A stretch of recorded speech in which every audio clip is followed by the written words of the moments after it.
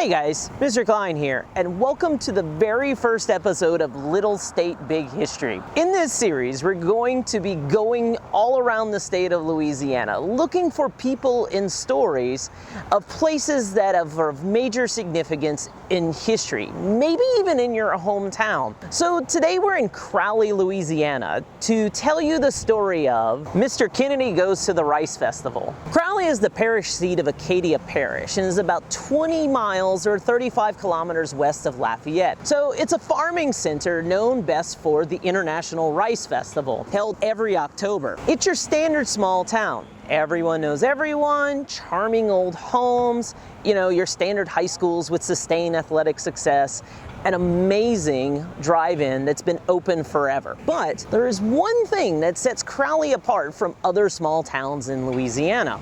John F. Kennedy visited the Rice Festival. So if you're under the age of 40, you might just know that John F. Kennedy was a popular president in the early 1960s. He was assassinated in Dallas in 1963, and there's supposedly a big conspiracy behind that. But what you miss is the cultural impact that JFK had on the country during this time. JFK mania was like Obama mania, but on a completely different level. Kennedy was the son of a powerful political family. He was a war hero, married to an attractive wife who was a trendsetter for fashion. He was also athletic, handsome, and people wanted to be around him. After all, he famously had movie star Marilyn Monroe sing happy birthday to him at a birthday party.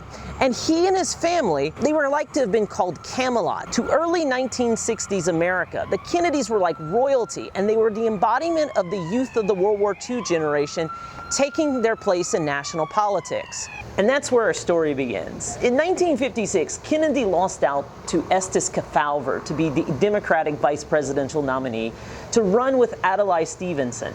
Now, they lost to Dwight Eisenhower, but Kennedy's speech at the Democratic National Convention put Kennedy in the national consciousness for the 1960 election. One man who saw all this coming was Crowley native Edmund Reggie, who used to live in this house right here.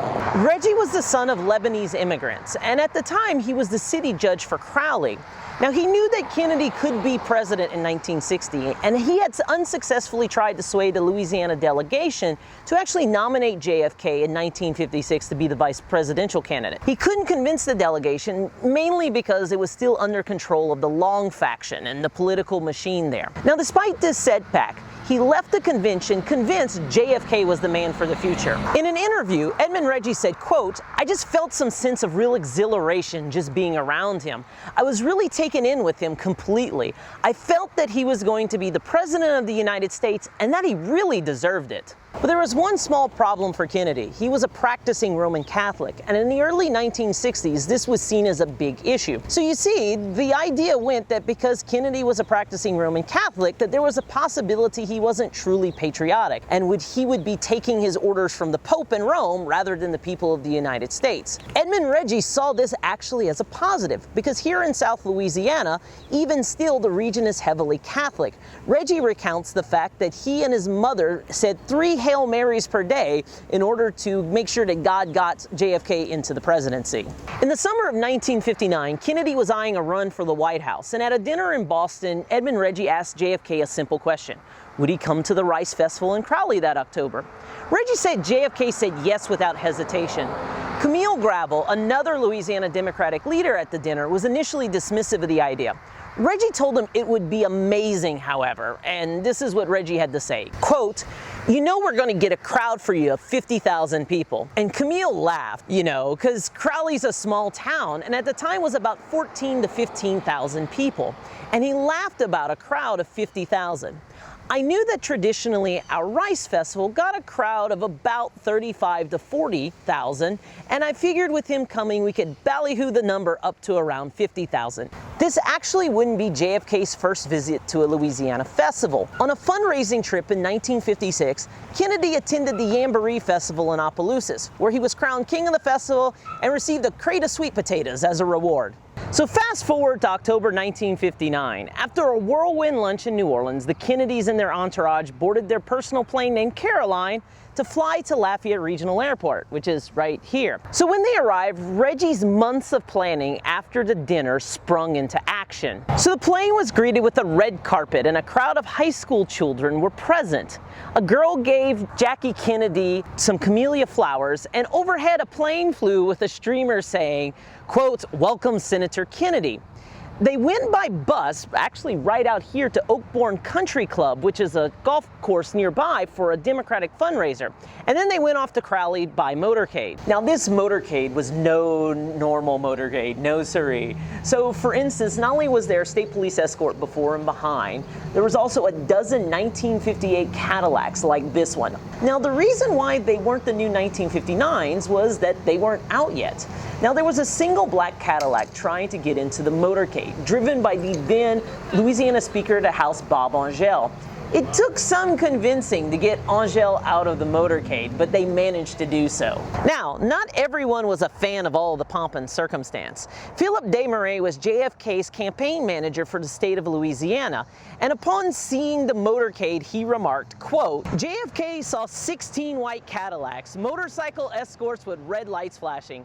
JFK and Larry O'Brien, who was JFK's national campaign manager, came up to Gravel and I and said, quote, 'We said no sirens. All these Cadillacs, that's terrible. Can't we get back on the bus or something?' Close quote." Now, if the name Larry O'Brien might sound a little bit familiar to you, that's because O'Brien's office was the one broken into, which led to the Watergate scandal. Also, and for sports fans, he was the commissioner of the NBA throughout the 70s and 80s. Actually, today, the NBA championship trophy is named after him. With everyone now loaded in the motorcade, they headed toward Crowley, down US Highway 90, as at this time, Interstate 10 wasn't built yet. Desmarais described the trip as such, quote, "We proceeded down the highway, and all the way there were people parked in cars and standing and so on. It was a tremendous amount of traffic. We never could have gotten through it if there hadn't been for our motorcycle escort," close quote. Edmund Reggie sat in the lead car with JFK and Jackie Kennedy, and he gives a way more colorful account of the ride to Crowley. And I'm quoting Reggie here. Quote, "That was the most dangerous ride I've ever been through in my life. We drove at speeds of up to 100 miles an hour, but we just had to make it because we had a television schedule for the crowning of the Queen, and we had a radio schedule to make as well." The motorcade arrived in Crowley and made their way through the crowd, almost straight from a movie. There were marching bands playing, people crowding the cars cheering, and streamers were everywhere. Kennedy and his entourage came onto the stage over there at the courthouse and was introduced by the master of ceremonies. He was a local councilman and in time would become probably Louisiana's top 3 most famous politicians. The guy's name was Edwin Edwards. Now the crowd was massive by all accounts. The Crowley Post-Signal, the local newspaper, reported 90,000. The Crowley Police Department reported over 100,000. And Time Magazine reported over 125,000 people present to see Kennedy. Now as they were climbing the stairs, Philip Desmarais and Chief Justice of the Louisiana Supreme Court, John B. Fournette, were absolutely stunned by the size. And I'm quoting Desmarais here. "My God, Huey P. Long never got anything like this." Well, the Time Magazine man picked that up right away. He said, quote, "Is that right, Judge?" He said, quote, "Why, I've never seen anything like this in 50 years, and he laughed. Well, we just stood there in amazement. With the crowd cheering, Kennedy crowned the Rice Festival Queen, 17-year-old Judy Heydell from Houma, which is in Terrebonne Parish in southeast Louisiana. This image of Kennedy and Heydell is probably the most iconic image of the entire visit. I got to speak to Ms. Heydell, now Dr. Judy Heydell, via email. She kindly shared with me an oral history interview of the event. She did it for the 6th Floor Museum in Dallas in March of 2019. Heydell explained she was invited to participate in the Rice Festival Queen competition after winning a beauty contest in her hometown. Now initially she wasn't too thrilled with the invite. After all, she was 17, she had actually just started college at Loyola in New Orleans, and she was busy with her studies. On the ride up to Crowley, on the radio, it was announced that Senator Kennedy would crown the Rice Festival queen. Her father, who was an avid follower of politics, said, quote, "Just think, you might get the chance to meet Senator Kennedy, and he may be the next president of the United States." Close quote. In typical teenager fashion, Heydell replied, quote, "I have no idea who he is." So they went through all of the interviews and everything else that went into the competition. Heydell described the scene as she and the other contestants went up to the stage for the announcement of the winner. She said, quote, "There was a lot of energy and a lot of real excitement and enthusiasm. And as we approached the stage, people were just going wild. So it was unbelievable for me as a young girl, as you can imagine." They then announced that Judy Heydell of Terrebonne Parish was the winner. So after getting over the shock of winning and commiserating with the other contestants that all beauty queens do when they win, she recalled it as follows. She says, quote, "There were sirens blaring, and here came John F. Kennedy and Jacqueline. And as you can imagine, the crowd went absolutely ballistic. I was thinking to myself, man, he must be pretty important, whoever this guy is." Close quote. From there, Jackie Kennedy walked up to the podium and made a short speech in French. Edmund Reggie insisted that Jackie go up and say something, and after some convincing, she went up to the podium. Reggie recalls that she opened with "Bonjour, mes amis." He couldn't hear anything after that because of all of the screaming and cheering. After Jackie finished her speech, Kennedy was presented with a hat covered with rice and actually put the hat on. Now, this was something that JFK famously didn't like doing. Kennedy took the hat off and then made a very short speech, which he opened with, and I'm quoting JFK here, quote, "Massachusetts and Louisiana are 1,500 miles apart and are separated by time and history.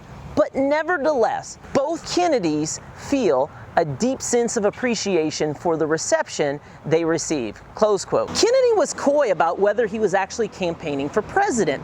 He said he was like old General Winfield Scott, heading around the country to check on the local hospital facilities. Now, General Winfield Scott was an American general and politician who sought the presidential nomination 3 times as a member of the Whig Party before the Civil War. And he would say he was going to check on hospitals when what he actually meant was he was going out to check to see if there was enough support to run for president. Now, the rest of his speech was actually short on actual details and talking points, but he did state the following, quote, "We can't be prosperous in Boston, Massachusetts unless there's prosperity in Crowley, Louisiana.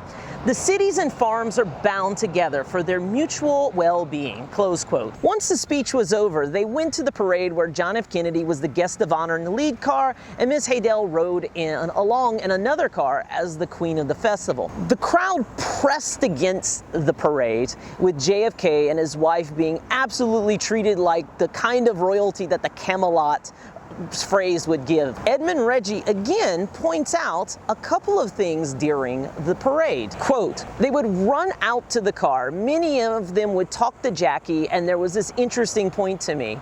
They would talk to her in French, and they would just give them some little thank you or something like that. I remember one lady running out in the crowd, and this was planned by this woman, unbeknownst to me, and brought her some pralines that she had made." Close quote. Now, once the parade was done, Kennedy and the entourage made their way to Edmund Reggie's house right here, where there was a gathering of Democratic leaders and supporters from the rest of Acadiana outside of Lafayette. Philip Desmarais recalled that it was so difficult to get back to Reggie's home that he actually, quote, "had to commandeer an ambulance." And Desmarais got all the people in the Kennedy entourage into the ambulance and then drove them over here. Over 1,200 people eventually showed up right here for the reception, which included Kennedy and his friends swimming in the pool. The local congressman, Ashton Thompson, got so drunk at the reception that it actually took 30 minutes to get him out of the house and almost got Kennedy late for his last visit of the day. Kennedy and his entourage managed to get out of Crowley and was on a really tight schedule. You see, he had to be in Lake Charles for a fundraising dinner later that evening, and thus the only way to get there in time was to fly to Lake Charles. At the airport, Reggie had one more surprise for Kennedy. When Kennedy arrived at the airport, he was greeted by the Crowley High School Glee Club, who sang a song for JFK.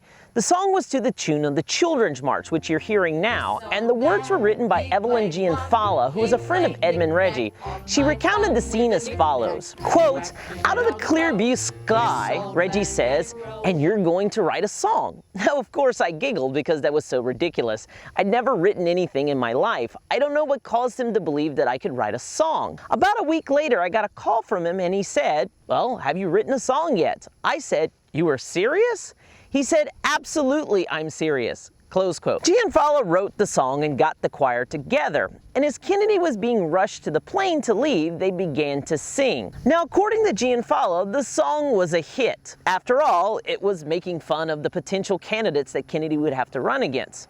Gianfala says, quote, "And then he saw that these children were there to sing for him. He wanted to hear the song, and he just stood up there in complete delight and listened to the children sing the song to him." Close quote. When Kennedy was told who wrote the song, he did what so many people who had an encounter with JFK recalled. He made a personal connection. Quote, "So he ran up onto the ramp of the airplane, and in a moment of delight, the only way I can describe it, he ran all the way back down to me to tell me how much he appreciated the song and how delighted he was with it. And he said, quote, 'The other fellows will sure get a kick about it too.'" Close quote. And from there, JFK climbed aboard the Caroline and flew off to his next engagement in Lake Charles, leaving an indelible mark on the city of Crowley that's talked about even today. So what happened to our characters? Well, first off, John F. Kennedy announced his candidacy for president 3 months after his visit to the Rice Festival. It proved to be his only stop in Louisiana during the 1960 campaign. The 1960 election proved to be historically close between JFK and the Republican nominee, Richard Nixon. Kennedy, of course, won and tragically was assassinated less than 3 years into his term in Dallas. According to Edmund Reggie, this visit was the key to JFK winning Louisiana in 1960. Reggie says, quote, "I'm of the opinion that that's why JFK carried the state of Louisiana that trip. He made no other visits to this state, except Texarkana, which, to be honest, we don't really count as Louisiana." Close quote. Well, with all due respect, Texarkana's in Arkansas and Texas. Speaking of Edmund Reggie, he was already a personal friend of the Kennedys and served as an envoy to his parents' homeland in Lebanon in the Kennedy administration.